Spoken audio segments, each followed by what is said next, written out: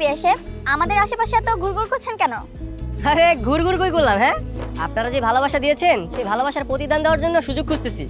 তো ভ্যান সাহেবেরা কি করতেছে? কি রে, বিএসএফ কি অন্ধ নাকি? হ্যাঁ, দেখতে পাচ্ছেন আমরা কি করছি? একটু পরে যে নাচ গানের প্রোগ্রাম হবে তারই প্র্যাকটিস করছিলাম। বাহ বাহ, ভ্যান সাহেব নাচতেও পারে? আমরা আপনাদের মতো না, আমরা অলরাউন্ডার, আমরা সবকিছু করতে পারি। চাইলে আপনি আমাদের সাথে জয়েন করতে পারেন। আরে কারে কি বলছিস? হ্যাঁ, গাদাকে দিয়ে কখনো হাল চাষ হয় নাকি? তাছাড়া নাচ হচ্ছে একটা আর্ট, শহরের খোকা বাবুদের দ্বারা আর যাই হোক নাচ গান কখনো সম্ভব না। ও তাই না? ভ্যান সাহেব দেখি পরীক্ষা দেওয়ার আগে ফেল ঘোষণা করে দিয়েছে। তো দেখি কে কত নাচতে পারে। আজকের প্রোগ্রামে শুধু ডান্স হবে বেআই আর ভ্যান সাহেবের কাপড় ড্যান্স। গান ছাড়ো।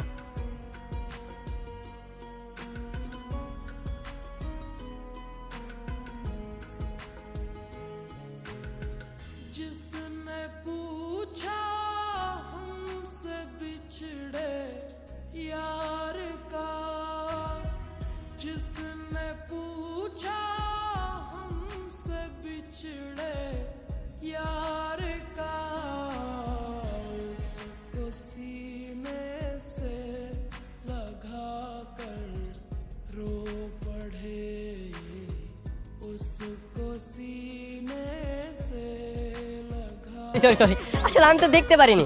আপনি একটু দেখে ডান্স করবেন না? দেখলেন তো কি একটা অঘটন ঘটে গেল।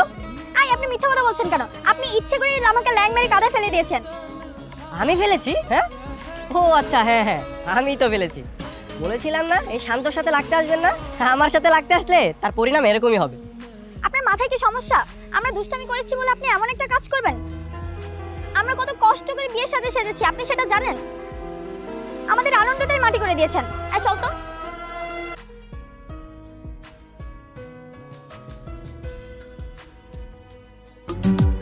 শাড়িতে কিন্তু আপনাকে অসম্ভব সুন্দর লাগছে।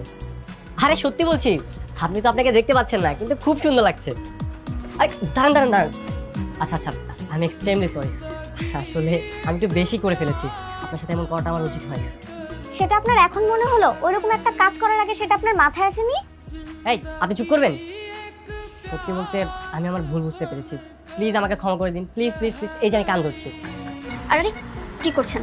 কান ছাড়ুন। আশেপাশে অনেক লোকজন আছে, দেখলে খারাপ ভাববে। লোকজন যাই ভাবে ভাবুক, তাতে আমার কিছু আসে যায় না।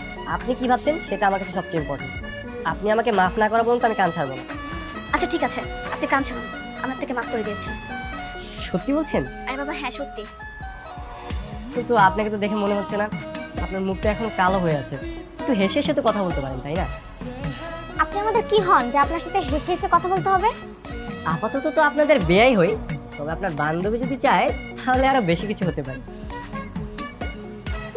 সব কত, রাস্তা ছাড়েন তো, এমনিতে অনেক ঝামেলার মধ্যে আছি। ঝামেলা? কি ঝামেলা? আপনি শুনে কি করবেন? আপনি কি সমাধান করতে পারবেন? আরে বেআইনদের জন্য তো জানো করবার, না হয় আমি একটু চেষ্টা করবো, সমস্যা কি? লামহার খুবই ইচ্ছে বিয়ের পরও কনের সাথে বরের বাড়িতে যাবে, কিন্তু ওর বাবা আসলে ওকে যেতে দিচ্ছে না। ও আচ্ছা, এই ব্যাপার। পুনের সাথে তো কত মানুষই যায়, আর বেআইন যদি না যায় তাহলে তো সবকিছু অপূর্ণ রয়ে যাবে। আঙ্কেলকে একটু বুঝিয়ে বললে আঙ্কেল রাজি হবে। আমরা অনেক বুঝিয়েছি কিন্তু কোনো কাজ হয়নি। আরে কি বলছিস? আরে থাম না, আপনি কি একটু আঙ্কেলকে বোঝাবেন? আমি আমি কি বুঝাবো? হতেও তো পারে আপনি বরের ভাই জেনে আঙ্কেল আর না করবে না। ও, আচ্ছা ঠিক আছে, আমি না হয় একটু চেষ্টা করব। আঙ্কেল কোথায়? তাহলে আমি বরপক্ষের লোক। বরপক্ষের লোক? তুমি বললা তো? আচ্ছা, এই লোকটি কি আপনার আব্বা? হ্যাঁ, কেন? উনি আমার বাবা হলে কি আপনার কোনো সমস্যা? না না না, কোনো সমস্যা নেই। মানে কিন্তু আপনি মিথ্যা কথা বলছিলেন কেন? মিথ্যে কথা? কি মিথ্যে বলেছি? এই যে আপনার বাবা নাকি আপনাকে যাওয়ার পারমিশন দেয়নি, উনি তো বললো পারমিশন দিয়েছে।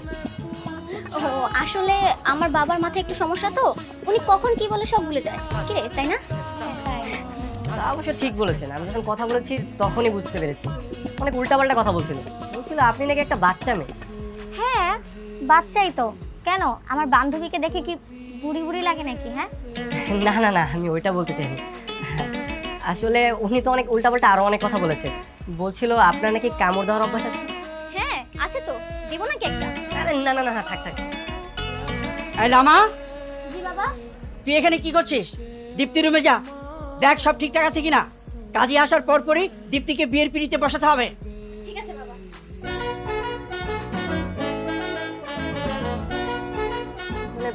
উনি লামহার বাবা? তাহলে যিনি আমার চোখে মুখে থুতুর বৃষ্টি বয়ে দিল উনি কি? সেটা ওনাকে গিয়ে জিজ্ঞেস করেন, তাহলেই তো হয়। চল। মানে